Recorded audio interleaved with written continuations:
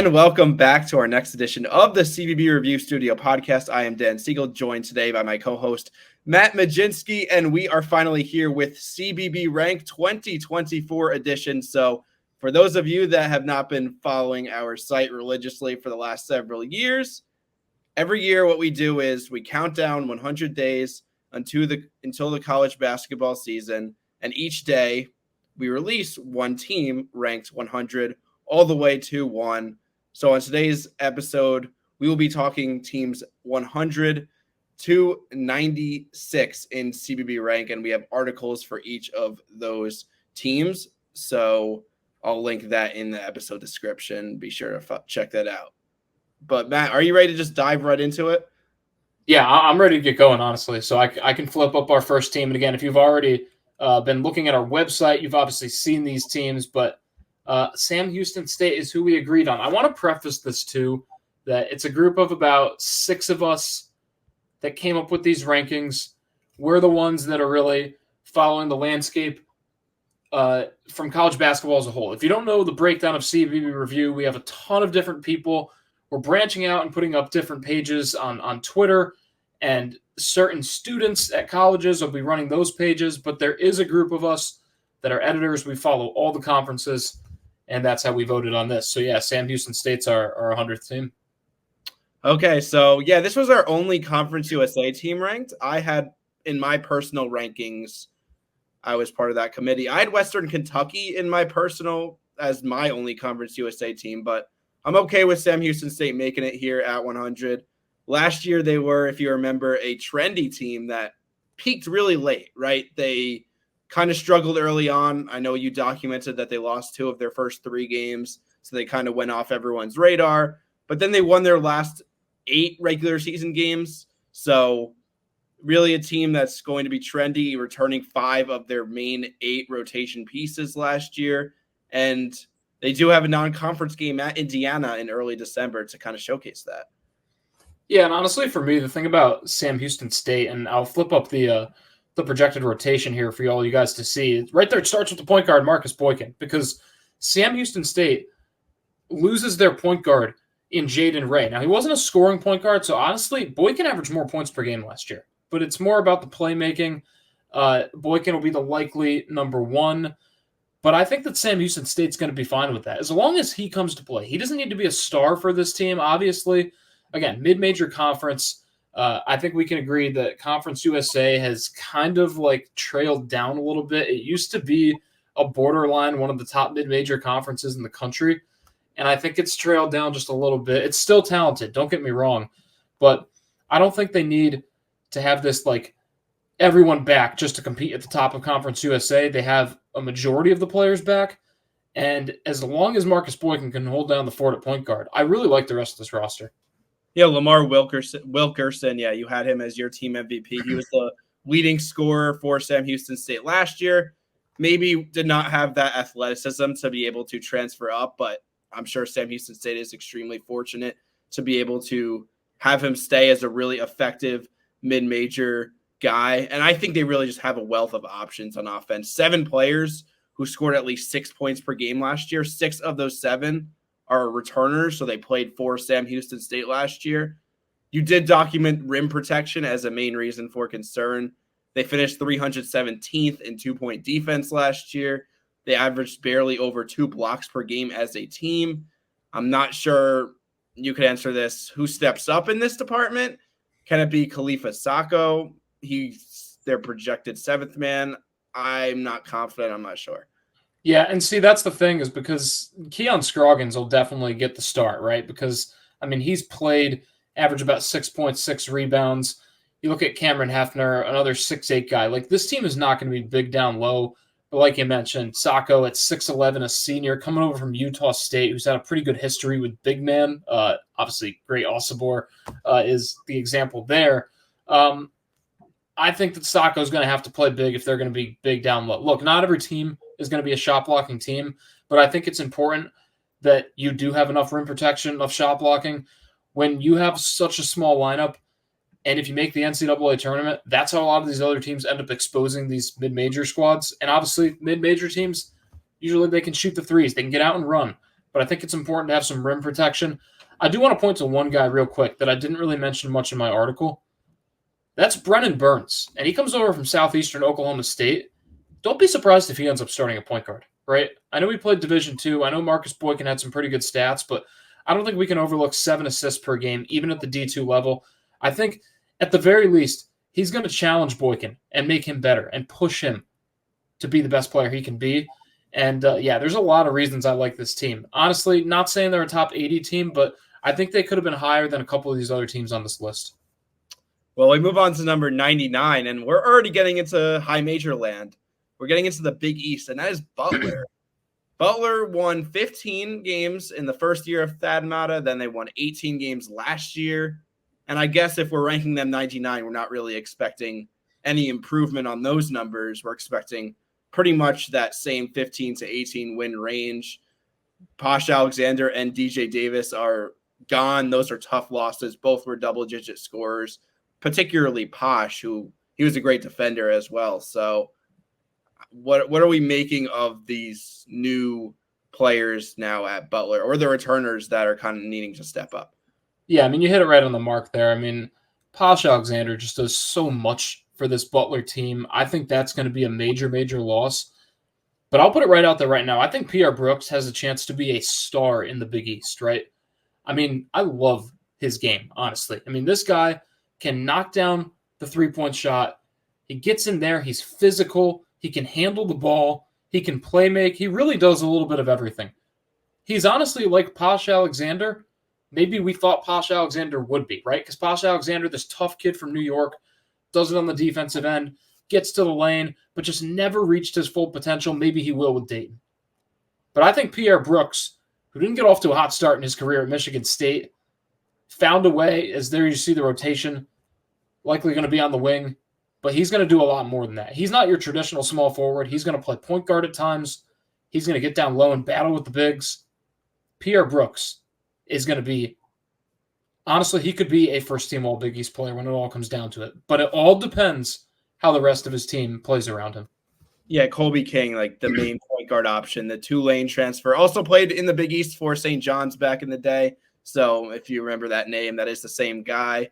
Based on what I saw at Tulane, I think his ceiling is like a mediocre Big East point guard. So it's really going to lie on Pierre Brooks to be doing a lot of that ball handling, playmaking at his 6'6", 225 frame, but that's what he's capable of doing. I say my main reason for optimism is Brooks, and then also another wing in Jamal Telfort, who both of those guys combined for nearly 30 points per game last season. And Telfort's another guy who's got a lot of length, got a lot of versatility as well. He could definitely handle the ball and even at his length, make plays. So really, it's just going to be that. And then as a problem, probably the fact that last year they were not exactly a physical team, right? Mm-hmm. And kind of sometimes I think they went 8-10 in the Big East because sometimes they could make their way out of that. Do they have the backcourt to do that this year? I'm not sure. That's why I think it's a valid ranking to have Butler 99. Yeah, and the Big East is honestly just so tough and so physical as it is. Like the more I look at this team, I do believe that they improved, but I just believe it's such a slight improvement, right? Like they won 18 games last year.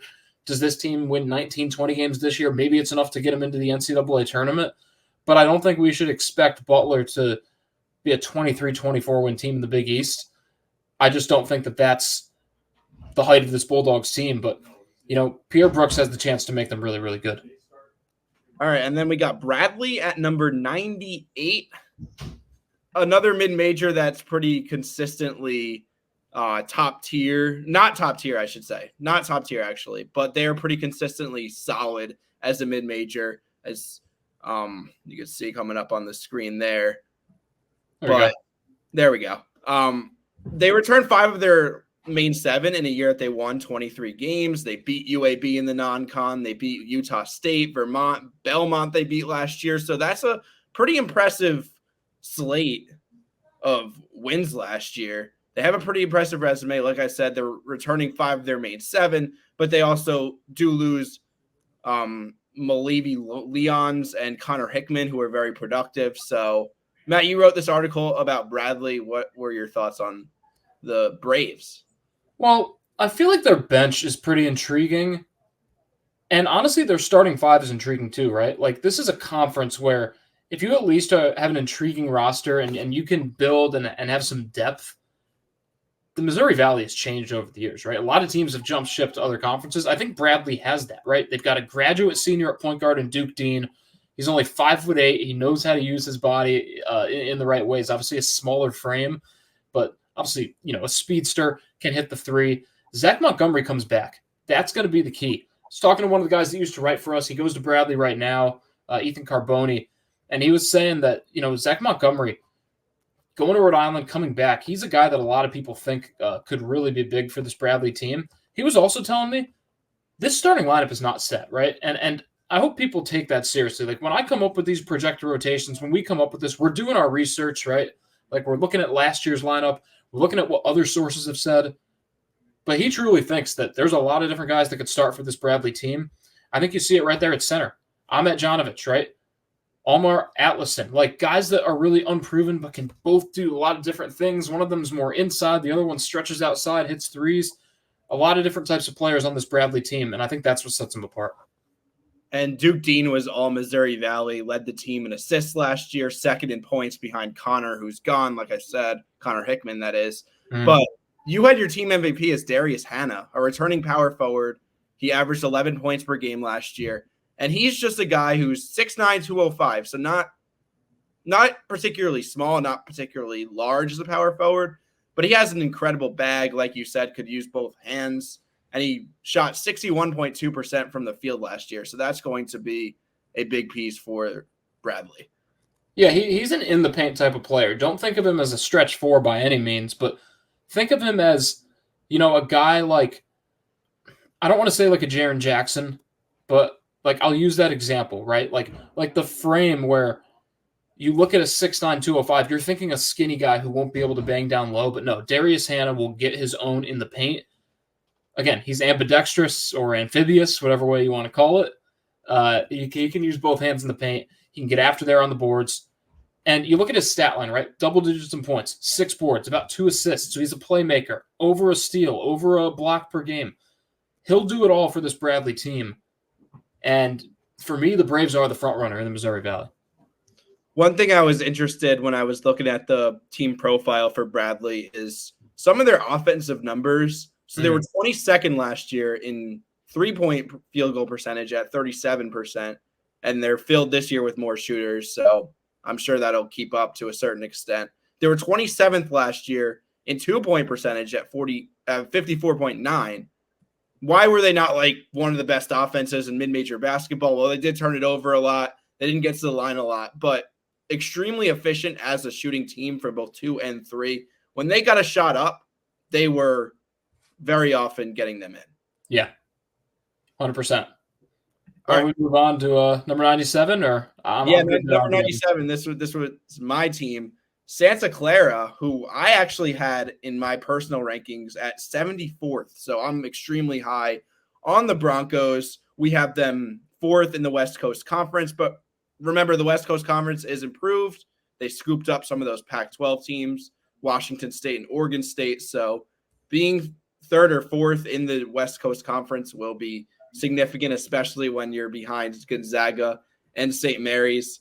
This is a Santa Clara team that they've had some decent seasons. They've produced even a couple first-round picks in the last few years, but they haven't made the tournament since Steve Nash in 96. So they're definitely looking to take that step up this year. Herb Sendick, their head coach, is very well respected. He's been around forever, and he has brought them to 3 consecutive 20-plus win seasons. And you know what I love is they could build that large resume. Why? Because they loaded up their non-conference schedule. They're playing St. Louis on a neutral site. They're playing Arizona State. They're playing Stanford. They're playing at Nevada. They're playing at the Acrisure Invitational, which I believe their first game is against TCU. So that's another very formidable opponent. They're playing Bradley, who we just talked about. So there we go, our 97 and our 98 against each other. Really a team I'm excited about in Santa Clara. I mean, dude, what jumps off the page for me is their 8th man in your rotation put up 6 points, shot 38% from 3 last year, right? Yeah. I mean, that's a guy he's not your number 1 or your number 2 off your bench. He's just your average bench guy that you're expecting to come in there and hit a few shots. And I think that says a lot about the depth of Santa Clara. They have a 7-footer down low in Chris Tilley, next to Johnny O'Neal, who averages 11 a game last season. Santa Clara could surprise teams like San Francisco did last year. Yeah, absolutely. Adama Ball, 6'7" combo guard. He was originally at Arizona. Really broke out as he came to Santa Clara. And he has some work to do defensively, but like as a 6'11" wingspan guy, like that's a guy I feel like is a really high upside, like potential NBA prospect. That's what I've read. So maybe another NBA draft pick for Santa Clara. They also have an intriguing guy in Elijah Mahi, who is a JUCO transfer, played 1 year at the JUCO level in a California school. 6'6", 235, incredible upside. I saw some of that Global Jam film. He played there in 2023 for Team Canada, and he's physically ready for power conference basketball, Division I basketball, I should say. And I think he was overlooked. Will he be a game changer right away? I don't know, but definitely an intriguing guy. Like, we always have a make or break player in every article. I think he's the epitome of make or break. Yeah, 100%. I mean, that's a guy that if he not only cracks the rotation, but becomes the player that he could be, I mean, you're talking a team that goes 9 deep with plenty of options off the bench at every position. A team that we need. They've put us on notice, honestly. Yeah, and they'll rebound well. They got O'Neal, Jake Ensminger. They got Tilley, who you mentioned, 7'0". I mean, they'll do it all. So really look out for Santa Clara, and they'll be on the radar for diehard college basketball fans all the time in non-conference play because of who they're playing. Number 96, you ready? There we go. Yale. I feel like Yale is a team we always just by default place at the very end of our top 100 every year. And it makes sense because that's pretty much what they do. They're an Ivy League power. I know they obviously beat Auburn in the tournament last year, so that's huge. And every year they lose guys in the portal. That's no different this year. They lost Danny Wolf. They lost Matt Nowling. They lost August Mahoney, who for whatever reason is still in the portal. That's a little bit interesting. But given the benefit of the doubt, I think that's really the bottom line with Yale. They're given the benefit of the doubt because of how consistent they are as the program. And once again, I feel like they're always in that 91 to 100 range. And once again, they are here in CUV Rank 2024 edition. Yeah, I'll be real. I don't know if Yale's a top 100 team in college basketball. I'll say that this is the one that, and I hope they prove me wrong. But I think there's other teams that were maybe more deserving. I'm glad we didn't pick them as the favorite in the Ivy League. We'll have to wait and come back and see next time to see who that is. But look, the backcourt here at Yale is super talented, right? Between Bez Bang and John Poulikitis. I mean, you're talking about guys that both can put up 12 to 15 next year with all the production they lost. Guys that can do a lot offensively, defensively as well in Bang's case. But after that, I mean, Nick Townsend's the third best returning player as far as points per game, and he averaged 6 a game last year. He had some pretty big games, 10 against Gonzaga, 22 against Stony Brook. But I don't know, like after that, who are you counting on, right? Like you lose Danny Wolf, you lose Matt Nowling, you lose August Mahoney. I mean, Mahoney shot over 45% from 3 last season. Noling's efficient. Danny Wolf is playing power conference basketball. That's a lot of production to lose. Do I think Yale's going to be good? Yes. Do I think they'll be at the top of the Ivy League? Yes. Top 100 good? I'm not sure.